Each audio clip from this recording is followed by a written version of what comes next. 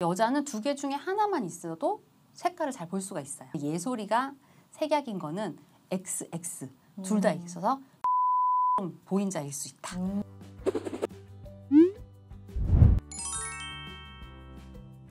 네, 다음 질문입니다. 아이가 눈을 자주 깜빡이고 비비고 눈곱이 많이 생겨요. 눈에 뭔가 들어간 건 없는데 왜 그럴까요? 틱장애 증상도 의심될까요? 라고 물어보셨어요. 대부분 안과에 오는 친구들의 80%는 알레르기 반응이 많았어요. 아이들이 뭐 가렵긴 한데 뭐 비비거나 이러기도 하지만 눈을 굉장히 많이 깜빡거리는 증상이 많아서 일단은 알레르기 약을 처방을 하고 있습니다. 근데 이제 그렇게 깜빡이게 되는 게 습관처럼 이렇게 지속이 되는 친구들도 있어요. 알레르기가 좋아졌는데도 불구하고 그런 경우에 이제 좀 짧게 지나가는 틱이나 이런 증상으로 보기도 하는데 아이가 다른 발달에 이상이 없거나 뭐 정신적으로 크게 스트레스가 없거나 이런 경우에는 조금 무심하게 지나가시면은 그런 경우 또 많이 좋아지는 경우가 대부분입니다. 보통 그러면 눈곱이나 이런 비비는 거랑 같이 동반될 때에는 결막이나 알러지일 가능성이 높고 말씀 주신 것처럼 그런 것들이 반복되다 보면 습관성으로 짧게 지나간다라는 말씀이신 거죠. 또 이 어머님들이 우리 아이 뭐 이상 있는 거 아닐까 걱정하실 수 있는 부분인데 이렇게 정리하셔서 기억을 하시면 너무 좋을 것 같습니다. 다음 질문입니다. 아이가 한 곳을 주시하고 있거나 멍하니 앉아있을 때 동공의 위치가 달라지는 것 같은데 그럴 수 있을까요? 특히 물체나 사람을 볼 때 자꾸 정면을 주시하는 것이 아닌 옆으로 흘겨봅니다. 문제가 있는 걸까요? 라고 물어보셨는데요. 여기서 말하는 동공이 사실 동공이라기보다는 아마 눈동자를 말씀하신 것 같아요, 원장님. 아이가 사물을 볼 때 뭐 특히 이제 TV 같은 거를 볼 때 고개를 돌려보거나 아니면 옆으로 흘겨보거나 이래서 걱정돼서 오시는 어머님들이 좀 많으신데요. 이게 이제 사시랑 관련이 있을 수도 있고 한쪽에 난시가 많거나 아니면 양쪽 다 난시가 많았을 때 본인이 이제 초점을 잘 맞출 수 있는 위치에 아이들이 이제 고개를 돌리는 경우도 흔하게 있습니다. 만약에 사시가 확실히 있다거나 하는 경우에는 이제 사시에 관련된 치료 방법에 대해서 상의를 드리고 도수가 관련이 있다면 안경이라든지 도수를 조정할 수 있는 그런 방법으로 저희가 치료를 진행하고 있습니다.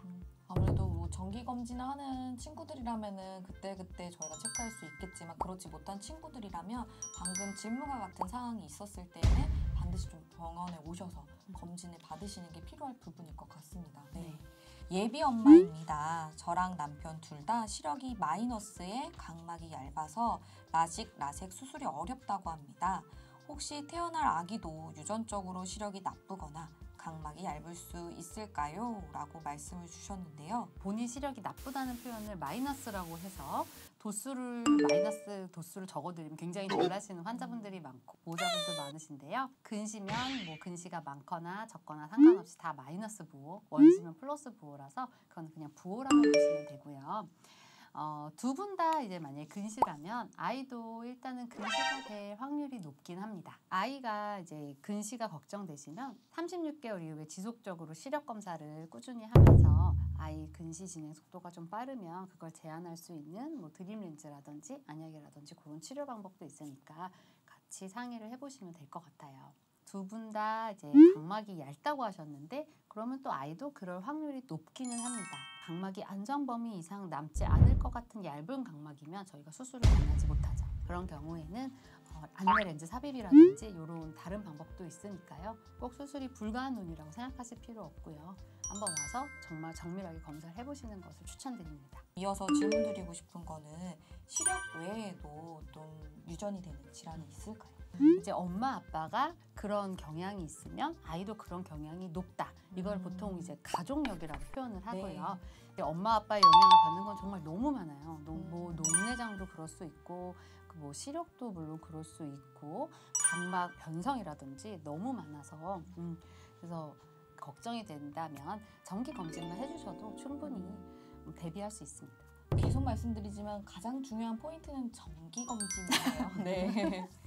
네, 그럼 또 이어서 다음 질문 보도록 하겠습니다. 6살 아이가 유치원에서 그림을 봤는데 단풍나무 색상을 어두운 녹색과 색 빠진 노란색으로 색칠해왔습니다. 아이에게 물어봤더니 소풍 때 봤던 나무를 색칠했다고 하네요. 특히 크레파스의 빨강색과 녹색을 같이 색칠하면 구별을 잘 못하는 것 같습니다. 색상 구별을 못하는 걸까요? 아니면 큰 문제가 있는 건 아닐까요? 라고 물어보셨어요. 요거 질문을 보면 사실 원장님 요즘 핫한 드라마 있죠? 글로리 원장님 네. 보셨나요? 그럼요. 하루 만에 다 봤죠. 네, 네. 저도 밤새 봤어요. 네. 보면은 거기서 연진이 딸이 네. 조금 이런 비슷한 이슈를 갖고 있었죠. 네, 네, 그래서 네. 많은 분들이 꽃은 궁금해하실 것 통일벚꽃이거든? 같은데요. 간단하게 설명 부탁드립니다. 드라마에 나오는 원흉은 재준이잖아요. 네. 재준이는 정록색약이라고 보시면 되고요. 시세포를 관장하는 세포 중에 원추세포가 있거든요. 원추세포가 색깔을 보는 세포인데 이게 여러 종류가 있는데 그 종류 중에 한 가지가 아예 없으면 생맹. 생맹. 네. 근데 있기는 다 있는데 그게 좀 약하면 색약 이렇게 이제 진단을 내리거든요. 네. 재준이랑 예솔이처럼 정록색약이 좀 많은 편이에요. 네. 정록색약이 좀 많은 편이고 재준이 같은 경우에는 이해가 되는데 예솔이는 정말 운이 없다. 이렇게 생각이 될 수 있는 게 이거야말로 유전이거든요. X 염색체에 있어요. 그래서 여자는 X 염색체가 2개 갖고 있고 남자는 하나 갖고 있잖아요. 네.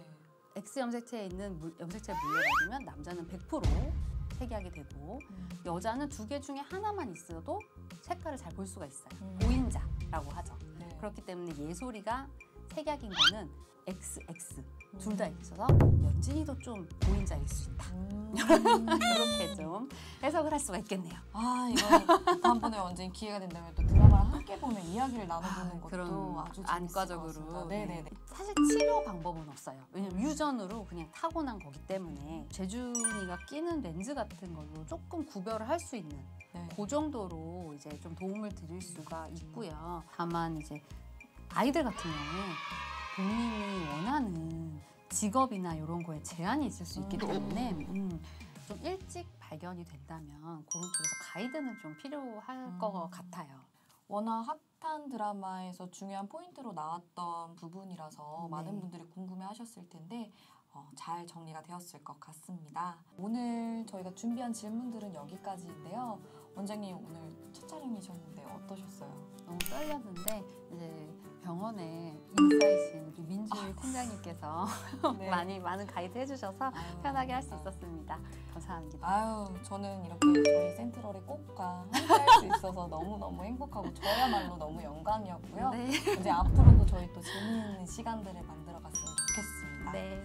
저희가 다음 영상에서는 연령별 눈 건강 Q&A 청소년 편으로 찾아뵙도록 하겠습니다.